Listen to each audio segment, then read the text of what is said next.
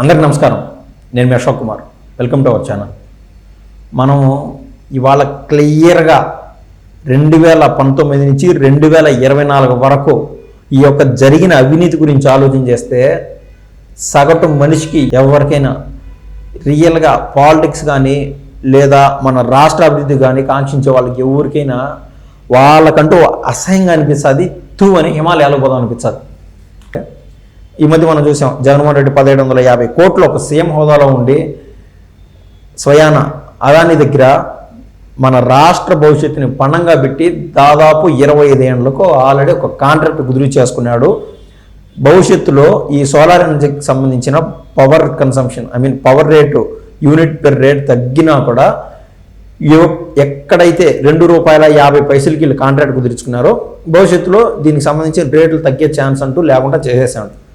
CM హోదాలో ఉండేంది ఆ యొక్క అవినీతి చేయడం ఏంది, 1750 కోట్లు లంచం తీసుకోవడం ఏంది, సాక్షాత్ ఒక సీఎం హోదాలో ఉండే ఆ మాదిరి చేశాడంటే అదేదో సినిమాలు ఉన్నట్టు పరమానందయ్య శిష్యుల మాదిర, అదే పురాణాల్లో చెప్పినట్టు పరమానందయ్య శిష్యుల మాదిర.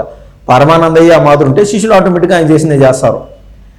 అలీబాబా 40 దొంగల మాదిర ఆయన అలీబాబా అయితే ఎంతమంది దొంగలో మనకు తెలియదు.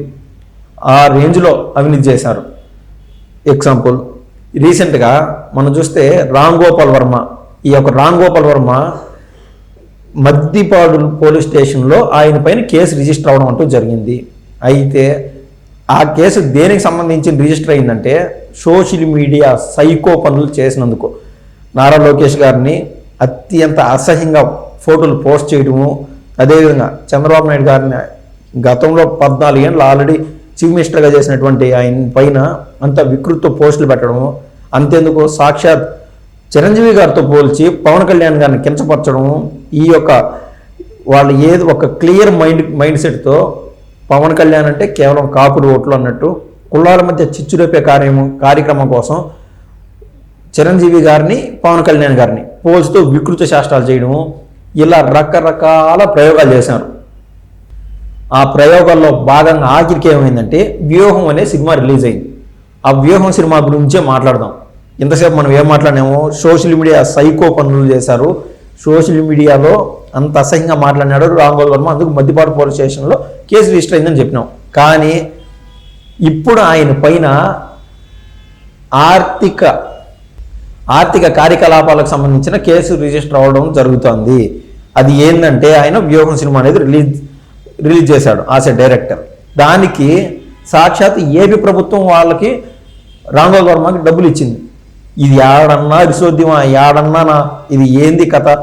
మనం చూసినట్లయితే చిరంజీవి గారిని, నాగార్జున గారిని, ఆయన మహేష్ బాబు గారిని, ప్రభాస్ గారిని వీళ్ళందరినీ పిలిచి 1 కిలోమీటర్ పాటు నడిపించి వాళ్ళ ఇంట్లో మీటింగ్ పెట్టుకొని వాళ్ళు చెప్పింది, అయ్యా నువ్వు పెద్ద మనసుతో నువ్వు చూడు, ఆ యొక్క సినిమా రేట్లు ₹50, ₹70 అటు కాకుండా పెద్ద సినిమాలు రిలీజ్ అయితే ఆ యొక్క టికెట్లు నడిపించుకునే దానికి వెసులుబాటు కల్పించండి అంటే నేను దాని గురించి ఆలోచన చేస్తాను ముసి నవ్వుకున్నాడు ఆనాడు ఉన్నటువంటి ముఖ్యమంత్రి.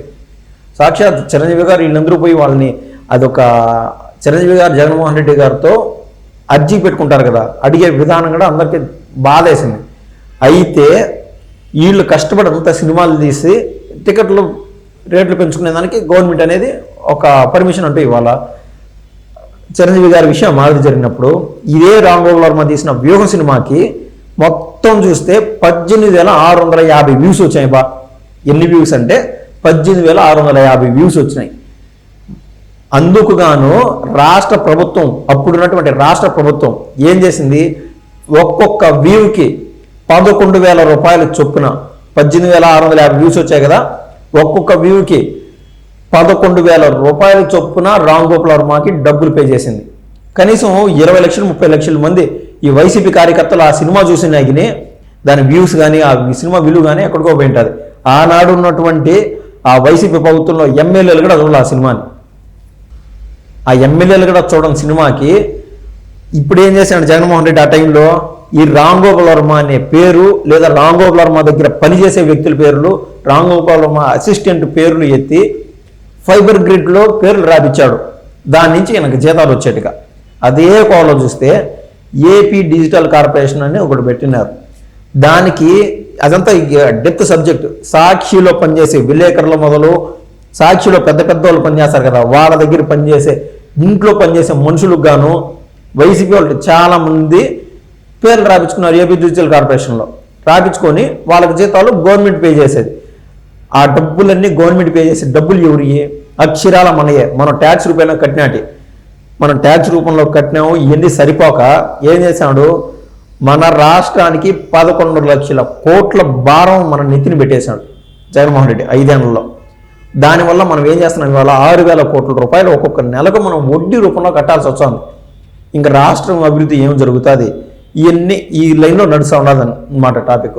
సో ఇందుకు గాను రాష్ట్ర ప్రభుత్వం నుంచి లబ్ధి పొందినందుకు రామ్ గోపాల్ వర్మకి ఈ ఆర్థిక కార్యకలాపాలు అవినీతి పరంగా చేసినందుకు ఇన్ని రోజులు సోషల్ మీడియా సైకోయిజం అది వేరు, దానిపైన కేసు మధ్యపాటులో రిజిస్టర్ అయింది. దానికి సంబంధించి పోలీసులను కూడా అసహ్యంగా వికటాటహాసం చేసి మాట్లాడినాడు రామ్ గోపాల్ వర్మ. కానీ ఈ ఆర్థిక నేరాల్లో కన్నా ఇరుక్కుంటే నాన్ బెయిలబుల్ కేసులు కూడా అయ్యే ఛాన్స్ ఉన్నది. అది కూబీలా అయితే డొంక కదిలినట్టు ఆ కేసులు అనేది మన కళ్ళ ముందు సుస్పష్టంగా కనిపించబోతోంది. రామ్ గోపాల్ వర్మ దగ్గరలో ఆంధ్రప్రదేశ్ రాష్ట్రం నుంచి, రాష్ట్ర ప్రభుత్వాన్ని నుంచి డబ్బులు అవినీతిపరంగా తీసుకున్నందుకు గాను ఆయనకు నోటీసులు ఉంది. ఆయన జైలుకి అయితే పోవడం స్పష్టంగా జరుగుతుందని మనకైతే ఇవాళ కనిపిస్తోంది. ఇది ఇవాళ ముఖ్యమైన విషయం. మరో విషయంతో మరోసారి మీ ముందుకు వస్తాను. ధన్యవాదాలు.